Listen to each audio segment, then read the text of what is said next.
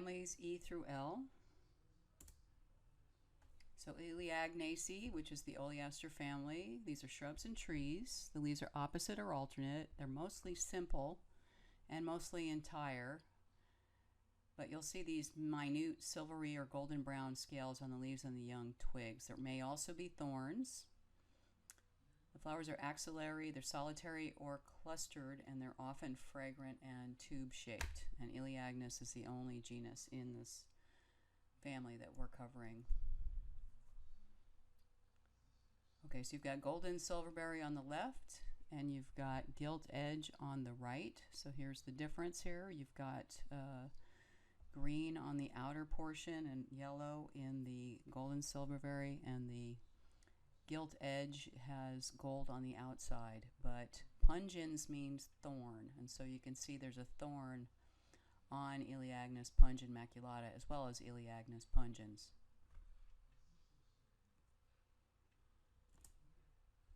Ericaceae is the heath family. Your sheet says rhododendron family. Of course, that's correct, but Erica is heath. So these are trees and shrubs, and these are alternate appearing whorled.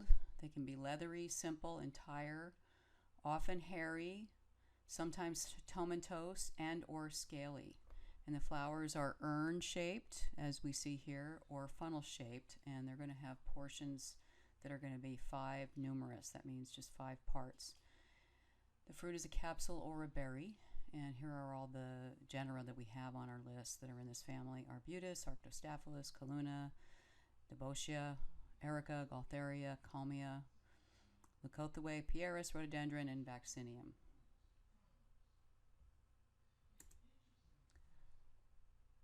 So somebody was asking last week what the difference between a rhododendron and an azalea are. We have one azalea on our list, and the big difference is that azaleas have 5 stamen and rhododendrons have 10 stamen. Size has nothing to do with it because there are rhododendrons that are smaller than many azaleas. Here's the flowers on a Pieris, and this is the only cultivar that we have on our list that we need to know, and that's Pieris japonica variegata. Escaloniaceae, or the Escalonia family, these are trees and shrubs.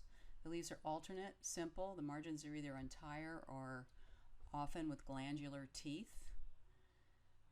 The inflorescence are mostly terminal on racemes or panicles, and I'll show you what that looks like on the next page. And the calyx, which is the sepals, are in flower parts of 5.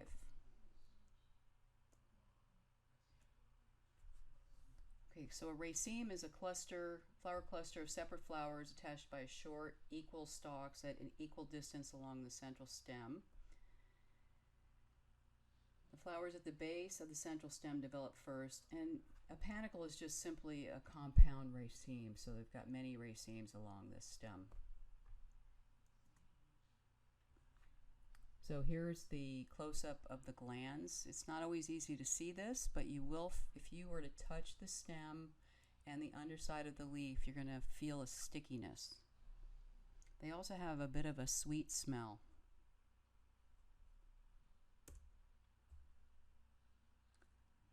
So the Fagaceae, the beech or oak family, it's really the beech family because your list says oak family, but that's because we don't have any beeches on our list.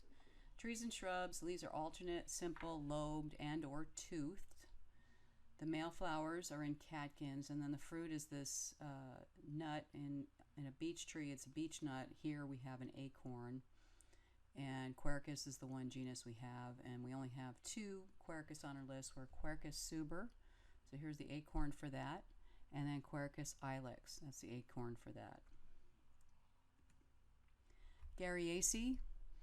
These are tree-like shrubs, paired in opposite foliage. They're dioecious. The long catkins are going to be on the males. They bloom in winter. And somebody was asking why we were calling it a silk tassel. And if you look at it, I mean, when it's just opened up, it is very silky looking. Aucuba and Garrya are in this family. So here's a close-up on the flowers on Aucuba. And then there's the fruit And this was formerly in the Cornaceae, which is the dogwood family. If you look at this fruit, it looks a lot like Cornus moss fruit. So one of those interesting things where they've changed families. Hydrangeaceae. These are shrubs, small trees or vines. The leaves are simple, serrate, sometimes lobed. They're always opposite. The flowers have 4 parts, sometimes 5 to 12 petals. And the one on our list is Hydrangea integrifolia. And you can see that climbing up a pole here. Hypericaceae, or the Hypericum family. These are herbs and shrubs. The leaves are opposite, simple, entire. And they have black or pellucid dots. And pellucid dots just allow light through the leaf. And you see the picture on the left. That's actually not one of the ones on our list. That is Hypericum perforatum, which is the St. John's wort that's both a noxious weed and the St. John's wort that they get the herbs from. The fruit is a dehiscent capsule, which just means that when it's mature, it splits open.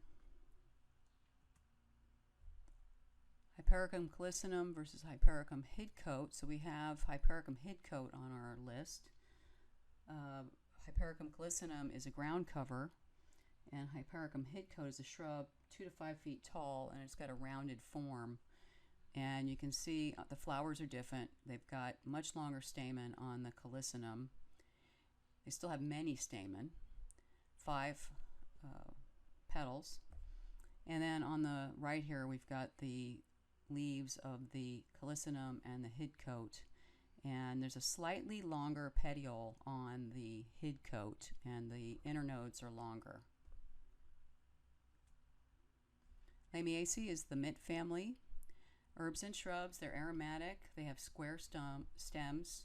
Their leaves are opposite or whorled, and they're simple, and they often have oily glands on them. Flowers are 2-lipped, as you can see here. And the plants on our list are Ajuga, Levangula, Salvia, and Thymus. So here's a picture of the Ajuga reptans, and that's a close-up on the inflorescence. And then on the right, here's like Levangula angustifolia. There's a square stem with opposite leaves. And finally, we have the Lauraceae, or the laurel family, not to be confused with Prunus laurocerasus. These are trees and shrubs. They're aromatic. The leaves are alternate. They're simple and leathery, and there's usually translucent dots on them. The flowers are green or whitish, and they're inconspicuous, and these are flower buds on the Laurus nobilis. The fruit is a berry, and the 2 genera in this family are Laurus and Umbellularia. So here's a close-up on the flower and the fruit. So on the left, this is the fruit of the Umbellularia californica and the flowers of the Laurus nobilis. And the leaves on Umbellularia are considered revolute. They kind of curve under. And Laurus is undulated or wavy.